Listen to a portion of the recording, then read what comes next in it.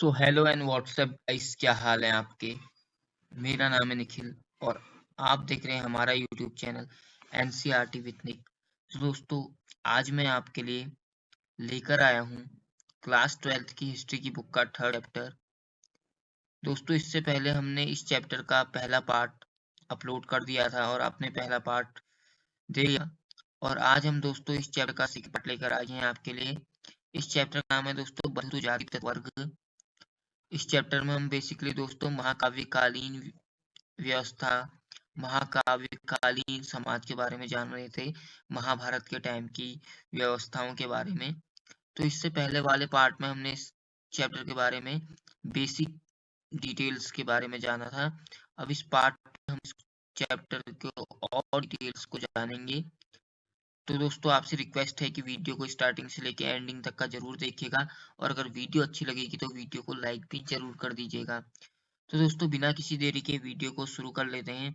दोस्तों, आज का हमारा पहला टॉपिक है सामाजिक विषमताएं। ठीक है, यानी कि सामाजिक विषमताओं का अर्थ होता है दोस्तों समाज में विभिन्नताएं। विषमताएं का मतलब यानी कि विभिन्नताएं, अलग अलग प्रकार की चीजें। ठीक है, अब बात करते हैं दोस्तों, पहला टॉपिक है हमारा दोस्तों वर्ण व्यवस्था। दोस्तों, आपने वर्ण व्यवस्था का नाम तो जरूर सुना होगा और वर्ण के बारे में मुझे लगता है आप लोगों को पता तो होगा ही कि वर्ण क्या थे। प्राचीन टाइम पे क्या था दोस्तों, ब्राह्मणों ने 4 वर्णों पर हमारे समाज को बांट दिया था, 4 वर्णों में। उसमें सबसे पहले टॉप में इन्होंने अपने आप को रख दिया, नंबर 1 पे ब्राह्मणों अपने आप को खुद को, दूसरे क्षत्रिय, तीसरे पे वैश्य और चौथे पे शूद्र। दोस्तों, 4 वर्ण होते हैं, इन्हें याद रखिएगा, ब्राह्मण, क्षत्रिय, वैश्य और शूद्र। ठीक है, धर्म सूत्रों और धर्मशास्त्रों में एक आदर्श व्यवस्था का उल्लेख किया गया था। ब्राह्मणों का मानना था कि यह व्यवस्था जिसमें स्वयं उन्हें पहला दर्जा प्राप्त है, एक दैवी व्यवस्था है।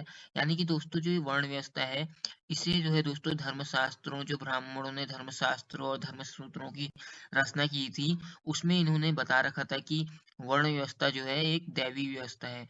दैवी का तात्पर्य है दोस्तों एक ऐसी व्यवस्था जो कि देवता ने बना रखी है, ना कि मनुष्य ने। तो ब्राह्मणों का ये मानना था और ब्राह्मण समाज में सारे लोगों को यही कहा करते थे कि वर्ण व्यवस्था जो है एक दैवी व्यवस्था है, देवताओं द्वारा बनाई गई है। ठीक है, जबकि असलियत में ऐसा नहीं था, लेकिन ब्राह्मण पूरे समाज को बताते थे कि ये जो वर्ण व्यवस्था है वो एक दैवी व्यवस्था है, देवताओं द्वारा बनाई गई है। शूद्रों और अस्पृश्यों को सबसे निचले स्तर पर रखा जाता था। इस व्यवस्था में दर्जा संभवतः जन्म के अनुसार निर्धारित माना जाता था। दोस्तों, यहाँ पर दर्जा है, यहाँ पर थोड़ी सी मिस्टेक हुई है, यहाँ पर दर्जा लिखा है मैंने, तो यहाँ पर आप समझ लीजिएगा। ठीक है, तो उस टाइम पे क्या हुआ दोस्तों, जो शूद्र थे उन्हें बहुत ही ज्यादा निम्न, शूद्र वर्ण था जो चौथे नंबर का वर्ण था और इसे समाज में बहुत ही ज्यादा निम्न माना जाता था। सबसे ज्यादा निचले पर शूद्र वर्ण का ही आता था। और ये जो है दोस्तों, इन्हें इस व्यवस्था में दर्जा संभव जन्म के अनुसार निर्धारित माना जाता था। यानी कि अगर कोई ब्राह्मण वर्ण में जन्म लेगा, ब्राह्मण कुल में जन्म लेगा तो वो ब्राह्मण होगा, और कोई जो क्षत्रिय कुल में जन्म लेगा तो वो क्षत्रिय कुल होगा, तो क्षत्रिय कुल में होगा। तो इस तरीके से दोस्तों दर्जा जो है उस टाइम पे जन्म पर आधारित होता था, ठीक है, ना कि कर्म पर। अब दूसरा टॉपिक है दोस्तों उचित जीविका। अब वर्णों के अनुसार दोस्तों इनकी जीविकाएं भी जो है अलग अलग प्रकार की थी। जैसे कि धर्मसूत्रों और धर्मशास्त्रों में चारों वर्णों के लिए, चारों वर्ग या वर्ण कहें तो वर्गों के लिए आदर्श जीविका से जुड़े कई नियम मिलते हैं। ठीक है, इन नियमों में क्या है दोस्तों, सबसे पहले ब्राह्मणों का जो कार्य होता था, ब्राह्मणों का कार्य होता था अध्ययन करना, वेदों की शिक्षा देना, यज्ञ करना, यज्ञ करवाना, तथा उनका काम दान देना और लेना था। ठीक है, तो ये प्रमुख कार्य थे ब्राह्मणों के। और अब आप बढ़ते हैं चैप्टर में आगे की ओर। तो इसके अलावा क्षत्रियों की बात करते हैं दोस्तों। क्षत्रियों के कार्य थे कर्म, युद्ध करना, लोगों की सुरक्षा करना, न्याय करना और वेद पढ़ना। क्योंकि दोस्तों क्षत्रिय कुल के लोग ही जो होते थे वो राजा बनते थे, शासक बनते थे, इसलिए लोगों की सुरक्षा करने का जो कर्तव्य होता था वो इन्हीं का होता था। ठीक है, और जो तीसरा वर्ण था हमारा वैश्य, वैश्यों का दोस्तों कार्य होता था कृषि करना, गौ पालन करना और व्यापार करना। ठीक है, और जो हमारा ये सबसे नीचे का वर्ण था शूद्र, सबसे निम्न वर्ण, शूद्रों का कार्य होता था जो ऊपर के 3 उच्च वर्ण हैं उनकी सेवा करना, ठीक है? ये सेवा करने का कार्य करते थे। और जो ब्राह्मणों ने दोस्तों ये नियम बनाए थे, ये वर्ण व्यवस्था वाले, इन वर्ण व्यवस्थाओं को समाज माने, इसके लिए ब्राह्मणों ने 2-3 नीतियों का यूज़ करा ताकि इनकी वर्ण व्यवस्था को समाज में मान्यता प्राप्त हो। इन्होंने क्या करा, इन्होंने सबसे पहले कहा कि वर्ण व्यवस्था की उत्पत्ति एक दैवी व्यवस्था है, ठीक है? इन्होंने समाज में ये कहा कि वर्ण व्यवस्था हमारे द्वारा बनाई नहीं गई है, ये तो देवता द्वारा बनाई गई है, जिसके कारण अधिकतर लोगों को वर्ण व्यवस्था पर विश्वास होने लगा। दूसरा, शासकों को ये लोग ब्राह्मण उपदेश देते थे कि इस व्यवस्था के नियमों को अपने राज्यों में अनुसरण करें, यानी कि शासकों को निर्देश होते थे इनकी ओर से कि वर्ण व्यवस्था को और मजबूत करने के लिए आप जिस भी क्षेत्र के राजा हैं, जिस भी क्षेत्र के शासक हैं, वहाँ शासकों को क्या करना पड़ता था, उपदेश देने पड़ते थे और उपदेशों में वर्ण व्यवस्था के बारे में बताना पड़ता था, ठीक है? और तीसरा तरीका था तो लोगों को यह विश्वास दिलाने का कि उनकी प्रतिष्ठा जन्म प्रधारित है और लोगों को ब्राह्मणों ने ये विश्वास दिला दिया कि उनकी जो प्रतिष्ठा है, उनकी जो काबिलियत होती है, वो सारी जन्म द्वारा निर्धारित हो जाती है, ठीक है? तो ये 3 नीति ब्राह्मणों की मेनली, जिसकी मदद से उन्होंने वर्ण व्यवस्था को समाज में अच्छी तरीके से स्थापित करा, ठीक है? अब आते हैं यहाँ पर को हमारा टॉपिक है नीचे, अक्षत्रिय राजा। दोस्तों एक क्वेश्चन बनता है, बहुत ही ज्यादा इंपॉर्टेंट है। यहाँ पर से भी दोस्तों क्वेश्चन तो बनता है, ये वाला ब्राह्मणों की 3 नीतियां पूछी जाती हैं जिससे वो वर्ण व्यवस्था समाज में मेंटेन रख सके, तो इनको इन 3 नीतियों को आप लिख सकते हैं। और दूसरा दोस्तों क्वेश्चन बनता है एग्जाम में कि अक्षत्रिय राजाओं के बारे में आता है कि क्या संभवतः उस काल में अक्षत्रिय राजा रहे होंगे। ये वाला क्वेश्चन 7 मार्क्स का आता है दोस्तों, तो इस टॉपिक को ध्यान से सुनिएगा, समझिएगा, ठीक है? शास्त्रों के अनुसार दोस्तों जो राजा बनने का हक हक होता है वो केवल क्षत्रियों के पास होता है। क्षत्रिय वर्ण के लोग ही राजा बन सकते हैं, ठीक है? महत्वपूर्ण राजवंशों की उत्पत्ति अन्य वर्णों से भी हुई थी, लेकिन फिर भी अक्षत्रिय राजा भी हमें देखने को मिले हैं दोस्तों, क्योंकि सारे जितने भी शासक बने इतिहास में वो सारे क्षत्रिय नहीं थे, कुछ कुछ अक्षत्रिय थे। जैसे कि एग्जाम्पल के दोस्तों आप मौर्य वंश को ले सकते हैं, जिसका ये तो कंफर्म नहीं है कि ये क्षत्रिय वर्ण के थे या अक्षत्रिय थे, लेकिन फिर भी ऐसा माना जाता है कि अक्षत्रिय हो सकते हैं, ठीक है? इन्होंने क्या करा था, मौर्य साम्राज्य का एक विशाल साम्राज्य था, आप जानते ही हैं। इनका उद्भव जोशी और बहस से होती रही है, मतलब ये जो मौर्य वंश है इसके बारे में बहस चलती आ रही है कि क्योंकि बहुत से विद्वान कहते हैं कि मौर्य जो है क्षत्रिय थे, बहुत से विद्वान कहते हैं कि अक्षत्रिय थे, तो इसके तौर पे इनकी आपस में विद्वानों की पहले से इस चीज पे बहस चलते आ रही है, ठीक है? तो दोस्तों ये टॉपिक था हमारा, अब बढ़ते हैं आगे को। दोस्तों बाद के बौद्ध ग्रंथों में यह इंगित किया गया है कि वे क्षत्रिय थे, किंतु ब्राह्मणी शास्त्र उन्हें निम्न कुल का मानते थे। लेकिन ऐसा जो बौद्ध ग्रंथ हैं दोस्तों उनके अनुसार ऐसा माना गया है कि जो मौर्य वंश के लोग थे वो मौर्य वंश के शासक क्षत्रिय थे, ठीक है? लेकिन ब्राह्मणी शास्त्र उन्हें जो है क्षत्रिय मानने से इनकार करता है। ब्राह्मणों का मानना था कि ये क्षत्रिय नहीं थे, मौर्य बहुत निम्न कुल के थे, ठीक है? शुंग और कण्व जो मौर्य के उत्तराधिकारी थे वो ब्राह्मण थे। वस्तुतः राजनीतिक सत्ता व उपभोग हर व्यक्ति कर सकता था जो समर्थन और संसाधन जुटा सके, ठीक है दोस्तों? अब दोस्तों यहाँ को देखिए क्या कहा जा रहा है कि शुंग और कण्व जो है ये मौर्य के उत्तराधिकारी थे और ब्राह्मण थे, ठीक है? अब देखिए दोस्तों जैसे कि पुराने हमारे शास्त्रों में बताया गया है कि राजा जो है क्षत्रिय वर्ण के लोग ही बन सकते हैं, लेकिन दोस्तों शुंग और कण्व कण्व जो थे दोस्तों ये ब्राह्मण वंश के थे, ब्राह्मण वर्ण के थे, तो ये भी दोस्तों शासक बने थे। तो इससे पता चलता है कि क्षत्रिय वर्ण के लोग ही उस टाइम पे शासक नहीं बनते थे, अक्षत्रिय लोग भी शासक बनते थे, ठीक है? और भी एग्जाम्पल आपको मिल जाएंगे, इन पॉइंट को नोट कर लीजिए आप। तो राजत्व क्षत्रिय में जन्म लेने पर शायद ही निर्भर करता था, यानी कि राजत्व का अर्थ होता है दोस्तों शासन, यानी कि शासन जो है दोस्तों ये कुछ शायद ही निर्भर करता होगा, ऐसा मानते हैं लोग कि राजत्व का क्षत्रिय कुल पे में ही वरना अन्य वर्ण के लोग भी क्षत्रिय राजा बनते थे, ठीक है? अन्य शासक जैसे शक जो कि मध्य एशिया से भारत आए थे, ब्राह्मण मलेच्छ बर्बर अथवा अन्य देशी मानते थे, यानी कि ब्राह्मण ने दोस्तों ये शक शासक जो थे इन्हें मलेच्छ बर्बर अथवा असभ्य मानते थे, ठीक है? लेकिन फिर भी ये दोस्तों शासक थे, तो इससे पता चलता है कि अक्षत्रिय राजा भी बने थे उस टाइम पे। अब यहाँ पर को दोस्तों हमारा है टॉपिक किंतु है, यहाँ पर को दोस्तों थोड़ी सी मिस्टेक हुई है लिखने में, टाइपिंग में। ठीक है, तो इसे सुधार दीजिएगा, किंतु है यहाँ पर। तो किंतु संस्कृत के संभवतः आरंभिक अभिलेखों में से एक प्रसिद्ध शासक रुद्रदामन ने सुदर्शन झील का जीर्णोद्धार किया था, सुदर्शन सरोवर का जीर्णोद्धार किया था। तो ये जो शासक थे रुद्रदामन, ये भी संभवतः दोस्तों क्षत्रिय कुल से संबंधित नहीं थे। ठीक है, तो ये भी जो है दोस्तों मध्य एशिया के निवासी थे, तो मतलब इस क्षत्रिय कुल से तो संबंधित नहीं थे। तो इससे भी पता चलता है कि अक्षत्रिय लोग उस टाइम पे शासक बनते थे। ठीक है, सातवाहन कुल के सबसे प्रसिद्ध शासक गौतमी पुत्र श्री सातकर्णी ने स्वयं को अनूठा ब्राह्मण और साथ ही क्षत्रियों का हनन करने वाला बताया था। यानी कि दोस्तों जो सातवाहन शासक थे हमारे सातकर्णी, उन्होंने जो है स्वयं को ब्राह्मण बताया था और क्षत्रियों का हनन करने वाला। अब देखिए दोस्तों, जैसे कि पुराने शास्त्रों में बताया गया था कि क्षत्रिय वर्ण के लोग ही राजा बन सकते हैं, लेकिन यहाँ जो है गौतमीपुत्र सातकर्णी जो कि एक ब्राह्मण थे, उन्होंने शासक राजा बनकर क्षत्रियों को उल्टा चुनौती दी। उन्होंने कहा कि मैं क्षत्रियों का हनन करने वाला हूँ। तो इससे पता चलता है कि उस टाइम पे अक्षत्रिय राजा बनते थे। ठीक है, उनसे भी यह दावा कि चार वर्णों के विवाह संबंध होने पर उसने रोक लगाई, और ऐसा दावा भी किया उन्होंने।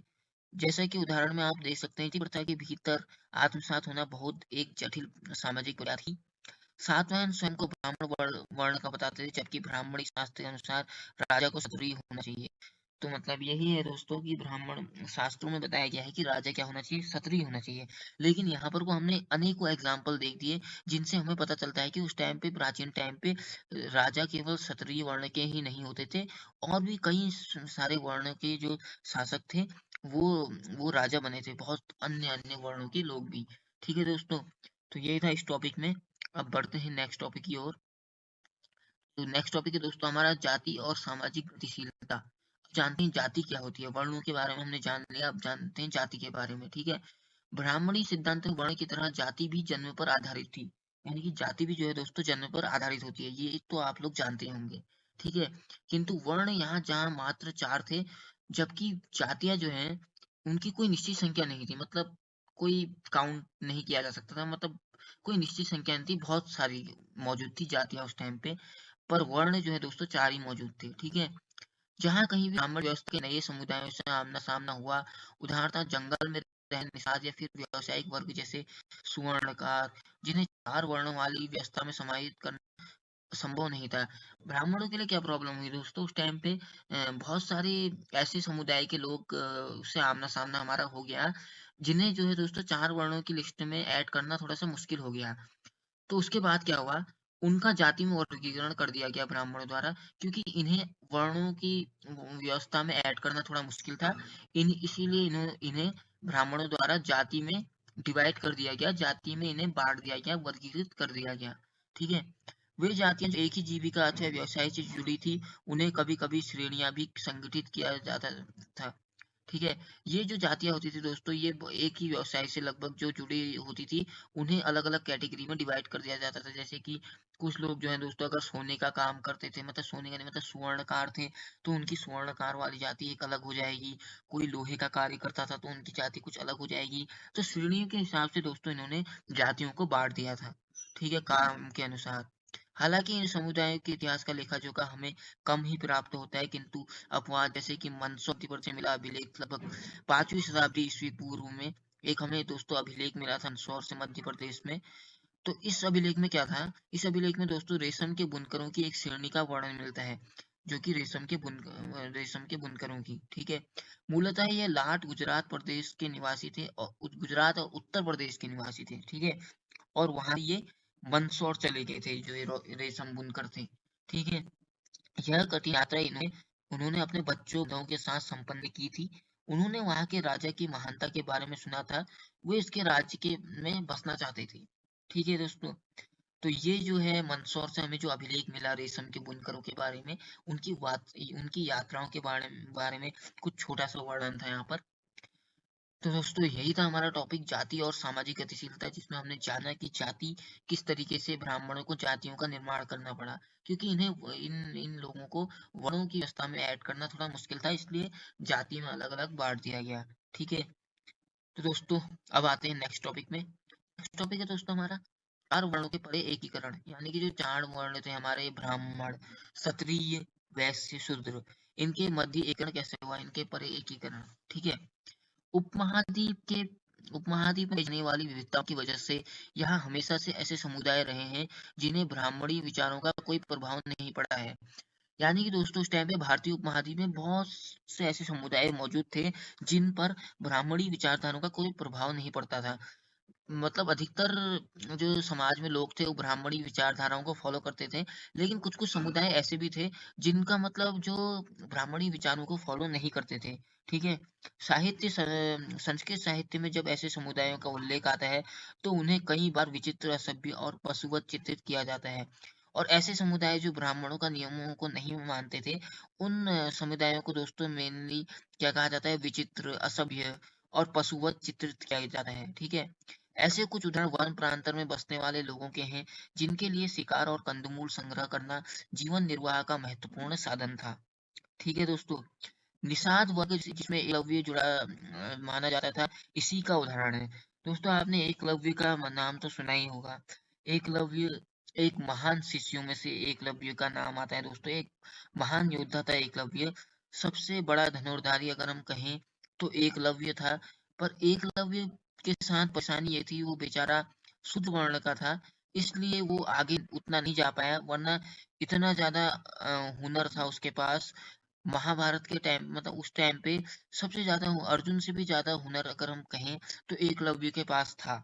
लेकिन एकलव्य का हुनर वैसे ही दब के रह गया। वो इसलिए दब के रह गया क्योंकि उस बेचारे का जो वर्ण था वो निम्न वर्ण का था, वो शूद्र वर्ण का था। तो उस टाइम पे आप सोच सकते हैं कितना ज्यादा भेदभाव होता होगा। तो एकलव्य को द्रोणाचार्य ने उसका अंगूठा मांग लिया। तो कितना बेकार चीज। देखिए कि गुरु दक्षिणा में कितनी बेकार दक्षिणा अगर हम देखें तो। लेकिन एकलव्य बहुत ही ज्यादा महान थे दोस्तों, बहुत ही ज्यादा महान योद्धा थे। यायावर पशुपालन के समुदायों को भी शंका की दृष्टि से देखा जाता था क्योंकि उन्हें आसानी से बसे हुए कृषि कर्मियों के सांचे के अनुरूप नहीं ढाला जा सकता था। यथा कथा उन लोगों को जो असंस्कृत भाषा थे उन्हें मलेच कहकर हे दृष्टि से देखा जाता था। यानी कि दोस्तों जो उस टाइम पे असंस्कृत भाषा के थे, यानी कि जो संस्कृत नहीं बोल पाते थे, जो संस्कृत भाषा से जुड़े नहीं हुए थे, उन लोगों को उस टाइम पे मलेच्छ या बर्बर कह के हे दृष्टि से यानी कि अपमान की दृष्टि से देखा जाता था। ठीक है दोस्तों, घृणा की दृष्टि से देखा जाता था उन लोगों को। किंतु यहाँ दोस्तों किंतु है, किंतु इन लोगों के बीच विचारों और मतों का आदान प्रदान होता था। फिर भी उनके संबंधों के स्वरूप के बारे में महाभारत की कथाओं से ज्ञात होता है। किनके संबंधों के बारे में? इन मलेच्छों के संबंधों के बारे में। तो दोस्तों यही था हमारा टॉपिक, चार वर्णों के परे एकीकरण। अब आते हैं दोस्तों अपने नेक्स्ट टॉपिक में। नेक्स्ट टॉपिक है हमारा चार वर्णों के परे अधीनता और संघर्ष। अब जानते हैं इनके, अभी तक का तो हमने एकीकरण के बारे में जाना। अब जानते हैं अधीनता और संघर्ष के बारे में वर्णों के बीच। ठीक है, ब्राह्मण लोगों को वर्ण व्यवस्था वाली सामाजिक प्रणाली के बाहर मानते थे। यानी कि ब्राह्मणों ने जो अपने रूल बनाए थे उसमें कुछ लोगों को जो है दोस्तों, कुछ समुदाय के लोगों को जो वर्ण व्यवस्था थी उसकी प्रणाली से बाहर मानते थे। साथ ही उन्होंने समाज के वर्गों को अस्पृश्य घोषित कर सामाजिक वैमनस्य को और अधिक प्रखर बनाया। और ब्राह्मणों ने क्या करा, कुछ वर्ग जो थे समाज में मौजूद उस टाइम पे उन्हें अस्पृश्य घोषित कर दिया, लेकिन इन्हें छूना पाप है, इस टाइप की उन्हें विचारधारा डाल दी लोगों के दिमाग में। और इससे जो है दोस्तों इन्होंने क्या करा, सामाजिक वैमनस्य को और ज्यादा बढ़ा दिया। ब्राह्मणों का यह मानना है कि कुछ कर्म खास तौर से हुए जो अनुष्ठानों के संपादन से जुड़े थे, पुनीत और पवित्र थे। और इन्होंने काम को डिवाइड कर दिया बहुत सारे।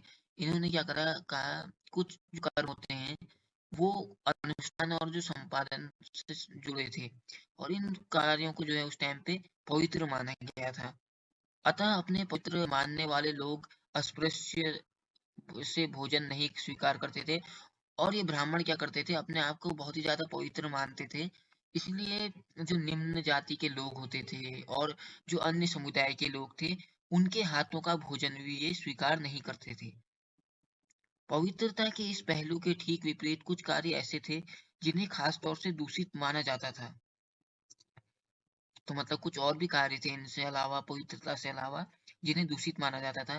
दोस्तों आप सोच सकते हो प्राचीन समाज में प्राचीन समय में कितना ज़्यादा भेदभाव करते थे ब्राह्मण, निम्न वर्ण के लोगों के हाथ का खाना भी नहीं खाते थे। इंसान हो के एक मनुष्य हो के दूसरे मनुष्य को मनुष्य नहीं समझते थे। तो आप सोच सकते हैं कि हम किस समाज में उस पे जी रहे होंगे। मानवता का क्या अहमियत होगी उस टाइम पे। हम देख सकते हैं दोस्तों, हमें सबसे पहले मानवता है, ह्यूमैनिटी सबसे बड़ी चीज़ है। जाति, धर्म, वर्ण ये सब बाद में है, सबसे पहले इंसानियत। सबसे पहले दोस्तों हमें इंसान एक अच्छा इंसान बनने की ज़रूरत है, ना कि कोई भेदभाव करने वाला मनुष्य, ठीक है? शवों की अंत्येष्टि और मृत पशुओं को छूने वालों को चांडाल कहा जाता था। अब यहाँ पर चांडालों के बारे में बताया जा रहा है दोस्तों, जो जिन्हें बहुत ही ज़्यादा अपवित्र माना जाता था, अस्पृश्य माना जाता था और समाज से दूर माना जाता था। ये चांडाल करते थे दोस्तों, ये मृत पशुओं को छूने वाले होते थे, ठीक है? उन्हें वर्ण व्यवस्था वाले समाज में सबसे इन्हें निम्न कोटि में रखा जाता था और ये लोग जो थे दोस्तों स्वयं को सामाजिक क्रम में सबसे ऊपर मानते थे ब्राह्मण। और इन चांडालों को स्पर्श यहाँ तक कि उन्हें देखना भी अपवित्र कार्य मानते थे। और ये ब्राह्मण जो है दोस्तों इन चांडालों को छूना तो दूर, देखना भी दोस्तों इन्हें क्या अपवित्र कार्य मानते थे, यानी कि देखते ही इन्हें इन्हें ऐसा मानते थे ब्राह्मण की अगर हम चांडालों को देख लेंगे तो हम उन्हें देखते ही अपवित्र हो जाएँगे, ठीक है? मनुस्मृति में चांडालों के कर्तव्यों की सूची मिलती है, ठीक है? और चांडालों की कर्तव्य की सूची को जानते हैं दोस्तों। अब बढ़ते हैं नेक्स्ट टॉपिक में। तो दोस्तों यहाँ पर कोई मैंने एक पेज ऐड कर दिया है आपकी समझ के लिए। तो दोस्तों यहाँ पर को मनुस्मृति में चांडालों के कर्तव्यों की एक सूची मिलती है। तो इनके कर्तव्य क्या थे? सबसे पहले इन्हें गाँव के बाहर रहना होता था उस टाइम पे और इन्हें फेंके हुए बर्तनों का इस्तेमाल करना होता था। ये लोग मरे हुए लोगों के वस्त्र धारण करते थे और लोहे के आभूषण पहनते थे। रात्रि में ये लोग गांव और नगरों में चल नहीं सकते थे चांडाल। संबंधियों विहीन मृतकों की उन्हें अंत्येष्टि करनी पड़ती थी और मृतकों क्या करते थे अंतिम संस्कार का कार्य किया करते थे। तथा अधिक रूप से भी कार्य करना होता था। चीन से आए बौद्ध भिक्षु फासियन लगभग 5वीं शताब्दी ईस्वी पूर्व का कहना है कि अस्पृश्यों को सफर चलते हुए करताल बजाकर अपने होने की सूचना देनी पड़ती थी जिससे अन्य जन उन्हें देखने के दोष से बच जाएं। तो दोस्तों उतने इतनी खतरनाक व्यवस्था बनानी पड़ती थी इन्हें। ये क्या करते थे चांडाल, जब भी ये किसी सड़क से सुनसान सड़क से गुजरते थे तो इन्हें रात को कुछ ढोल नगाड़े वगैरह कंटन वगैरह जो भी मतलब कुछ चीजों को करताल बजानी पड़ती थी ताकि दूसरे जो पवित्र जो उच्च वर्ण के लोग हैं वो करताल की आवाज सुने और वो वहां से चले जाएं, क्योंकि दोस्तों चांडालों को देखना भी अपवित्र कार्य माना जाता था, ठीक है? एक और चीनी यात्री ष्वेन सांग लगभग 7वीं शताब्दी ईस्वी पूर्व कहता है कि अधिक और सफाई करने वाला नगर से बाहर रहना पड़ता था। अब्राह्मणीय ग्रंथों में चित्रित चांडालों का विश्लेषण करके इतिहासकारों ने यह जानने का प्रयास किया है कि क्या चांडालों ने शास्त्रों में निर्धारित अपने हीन जीवन को स्वीकार कर लिया था। यथा कथा इन ग्रंथ के चित्रण और ब्राह्मणी ग्रंथ में हुए चित्रण में समानता है, परंतु कभी भी हमें एक विभिन्न सामाजिक वास्तविकता का भी संकेत मिलता है। तो दोस्तों बहुत ज़्यादा बेकार व्यवस्था थी उस टाइम पे, चांडालों के लिए नियम बहुत ज़्यादा खराब थे। इन्हें समाज से दूर रहना पड़ता था, बहुत ही ज़्यादा अपवित्र माना जाता था इन्हें। तो दोस्तों इसी तरीके से था इनके कुछ नियम चांडालों के। अब आते हैं दोस्तों अपने नेक्स्ट टॉपिक में। नेक्स्ट टॉपिक है दोस्तों हमारा संपत्ति पर स्त्री और पुरुष के भिन्न अधिकार, यानी कि संपत्ति पर उस टाइम पे किस प्रकार से अधिकारों का बंटवारा था स्त्री और पुरुष के मध्य, ठीक है दोस्तों? कौरव और पांडव के बीच लंबे समय से चली आ रही प्रतिस्पर्धा के फलस्वरूप दुर्योधन ने युधिष्ठिर को धूत क्रीड़ा के लिए आमंत्रित किया। धूत क्रीड़ा दोस्तों पासे का जो खेल होता था प्राचीन टाइम पे उससे, ठीक है? तो उसमें क्या हुआ धूत क्रीड़ा में जब किया गया युधिष्ठिर जी को, तो युधिष्ठिर जी को ये मतलब दुर्योधन ने धोखा से शकुनी मामा और दुर्योधन ने मिलकर युधिष्ठिर को धोखे से दोस्तों धूत क्रीड़ा में हरा दिया और उनसे स्वर्ण हस्ती रथ दास सेना कोष और युधिष्ठिर यहाँ तक कि अपने आप को अपने भाइयों को हार गए, अपने आप को तक का हार गए और अपनी पत्नी द्रौपदी जो है उसको भी दांव पर लगाकर हार गए, ठीक है? तो इससे दोस्तों आप अनुमान लगा सकते हैं कि जुआ कितनी खराब चीज है। उस टाइम पे एक जुए की वजह से दोस्तों युधिष्ठिर इतनी चीजें हार चुके थे, चाहे उनके साथ धोखा हुआ था लेकिन फिर भी हारे तो जुए से ही थे।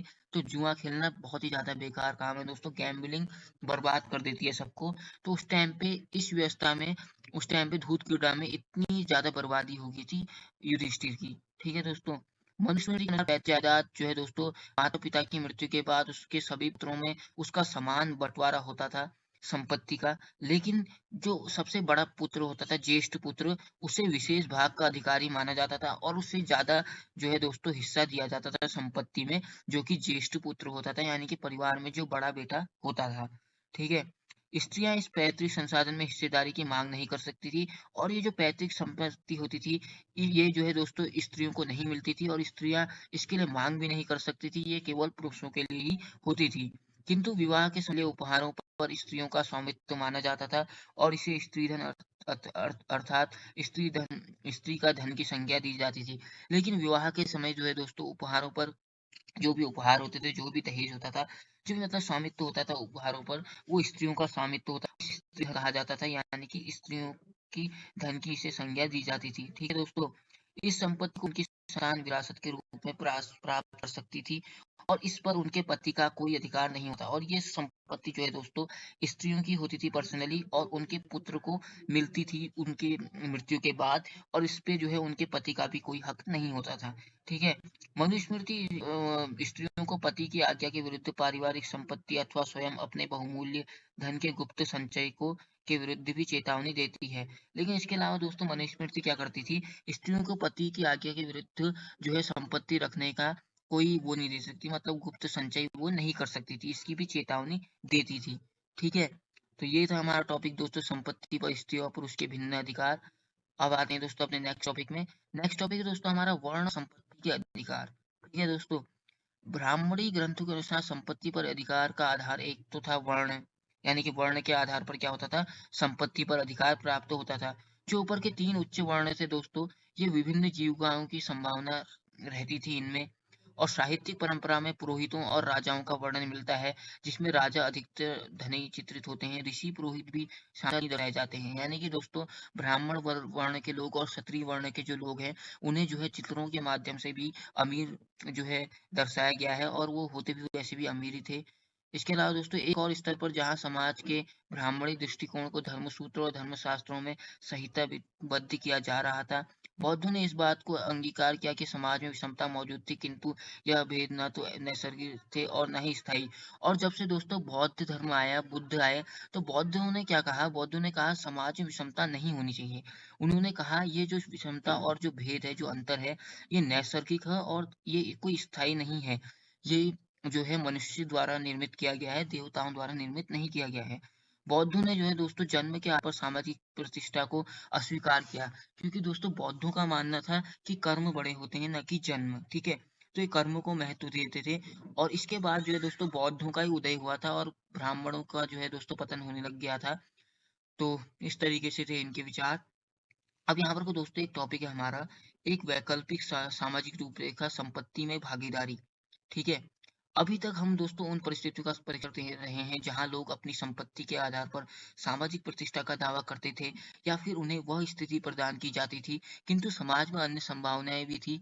वह स्थिति जहां दानशील आदमी का सम्मान किया जाता था, कृपण व्यक्ति अथवा वह जो स्वयं संपत्ति का संग्रह करता था, घृणा का पात्र होता था। प्राचीन तमिलकम में एक ऐसा ही क्षेत्र था जहां उपरोक्त आदर्शों को संजोया जाता था। जैसा हमने पढ़ा अध्याय 2 में, इस क्षेत्र में 2000 से पहले अनेक सरदारियां मौजूद थी।